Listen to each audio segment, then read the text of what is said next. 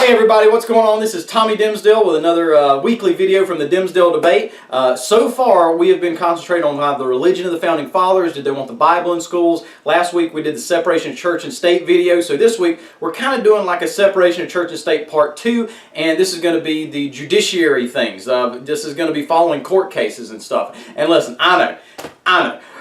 Oh, judiciary, that sounds boring. I want to go watch something else. I want to go watch Vox, or I want to go see BuzzFeed and find out what kind of avocado I am. Listen, I know this little playlist over here to the side or over this way, whichever one it is really just thriving with knowledge. But stay right here. I promise you're going to learn a lot from knowing this, and just, for the love of God, look, get you a pen and paper.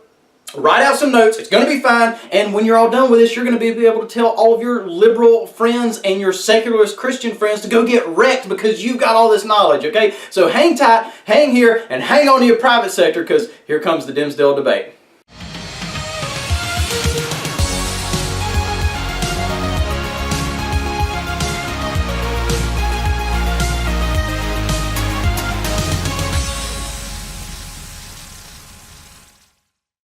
Alright, so as we discussed in the intro of the video, we're going to be going over several Supreme Court cases and prove just how separation of church and state was taken out of context, and also how the Supreme Court has just barreled over states' rights ever since the 1947 case of Everson versus the Board of Education.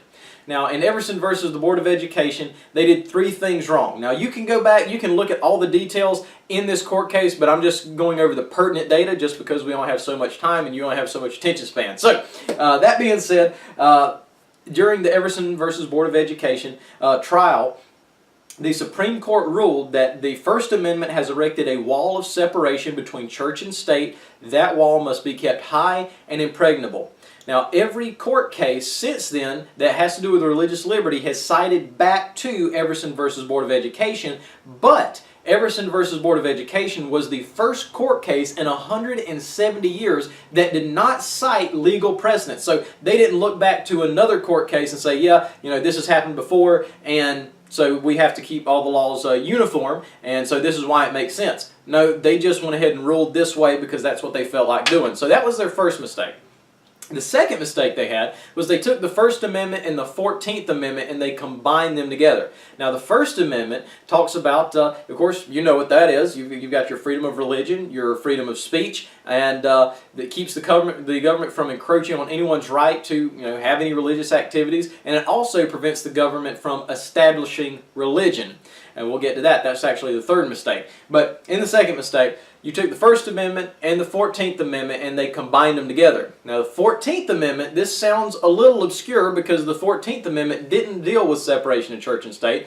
It dealt with freed slaves who were freed from the Emancipation Proclamation. It allowed them to gain citizenship in whatever state they were residing in at that time, and so the federal government decreed this, and in doing so, the Supreme Court saw this as, well, this is one particular time where the federal government has exercised power over the states, so since we did it that one time, now we can do it on everything.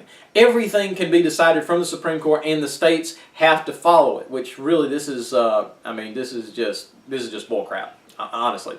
So you got those two as the first mistake. So now the Supreme Court not only ruled with no precedents, they ruled and took away states' rights, because it's the states' rights. A state can establish a religion. It's not a wise thing to do so, and it hasn't been done so in the era of this country as long as this country has been around, but they do have the right to do so. South Carolina could say, hey, we want to be a Baptist state, or we want to be a Protestant state or a Catholic state or whatever, but it's generally a very good idea to stay away from doing that, because that actually does violate the separation of church and state that our founders fled from. So that being said, the third thing that these guys did wrong was the fact that they misconstrued what the meaning of establishment of religion was. The Supreme Court ruled that during all these cases that if you were praying in school or had a Bible in school or anything where the government was not just neutral to religion but hostile, it has to be hostile to it. Anything that the government was just even being neutral to was establishment of religion. And we'll go through a couple of these. So Everson versus Board of Education brought that on. And then the next year you have McCollum versus the Board of Education. And in this particular instance you had a bunch of people from Illinois got together. You had Protestants, you had Catholics, you had Jewish people, and they all came together and said, we're going to start a little set of classes that our students can take, so as they're going through school they can also take some of these religious classes, get credit for it, and doesn't cost the public school one dime. And also, if any of these students want to participate in these classes, they have to have written permission from their parents to do so. So there's no coercion whatsoever. That's the mistake of saying that we establish religion. There has to be coercion for it to be an establishment of religion. But obviously, you had to jump through some hoops. The students did. They had to jump through some hoops even to get in this class. And it was called the Champaign Council on Religious Education. If you want to go look up that you can Google that. But there was a atheist who had a severe problem with this, said it was encroaching on her rights, and even though she never went to the school and didn't have a child that went to the school, never went to any of the classes, she said that it violated her rights. Now, I don't see how in the world this violates anyone's right, considering there's no coercion involved.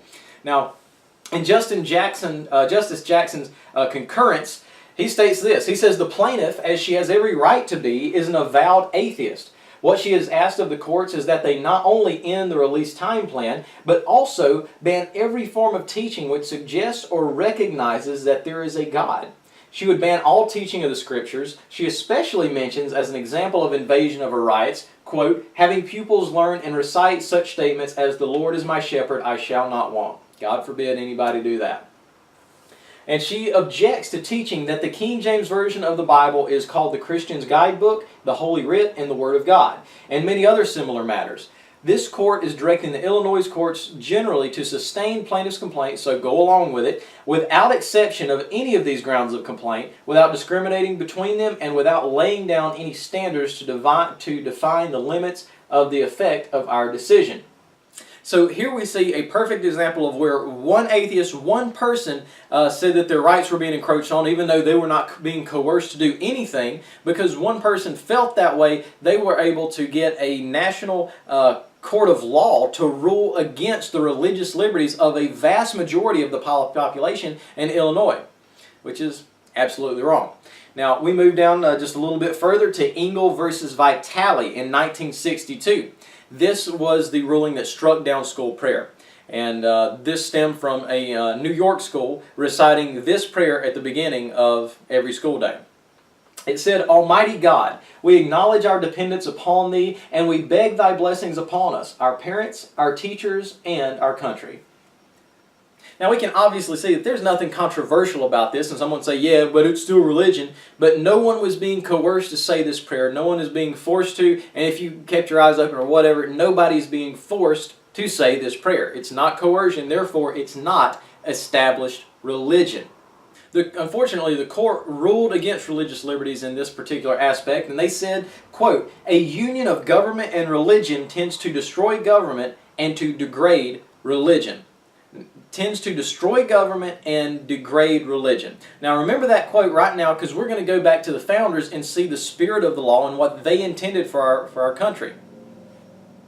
You can go to John Witherspoon, signer of the Declaration, who said, God grant that in America true religion and civil liberty may be inseparable, and that the unjust attempts to destroy the one may in the issue tend to support the establishment of both. George Washington, who needs no introduction, told us that true religion affords government its surest support.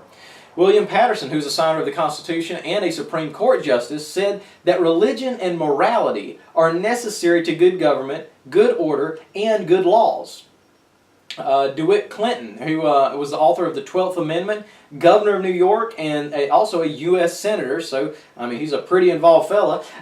He says, the sanctions of religion compose the foundations of good government. And, of course, one of my favorite founding fathers so far, Benjamin Rush, who's a signer of the Declaration, said, I do not believe that the Constitution was the offspring of inspiration, but I am perfectly satisfied that the union of states in its form and adoption is as much the work of a divine providence as any of the miracles recorded in the Old and New Testament. He's saying that the Constitution isn't inspired by God, but we believe God's hand was on it while we were writing it.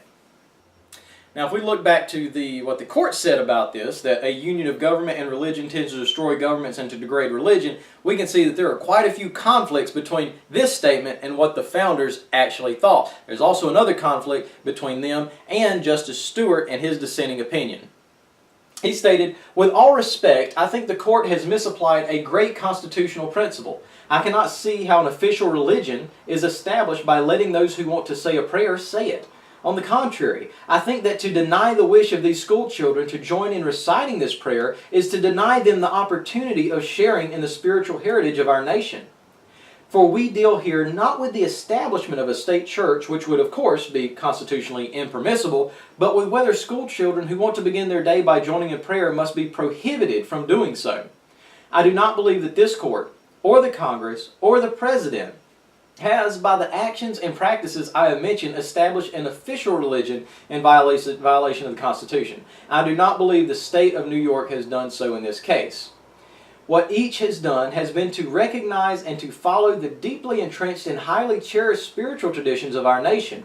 Traditions which come down to us from those who almost 200 years ago avowed their firm reliance on the protection of divine providence when they proclaimed the freedom and independence of this brave new world."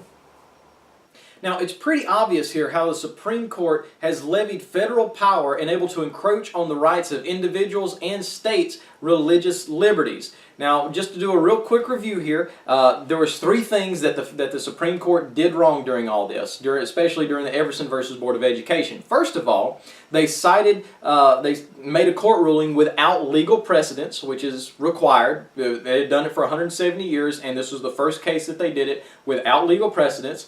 Second of all, they combined the First and 14th Amendment together as an excuse to be able to override states' rights and how we decide to teach our kids, and on a multitude of other different areas.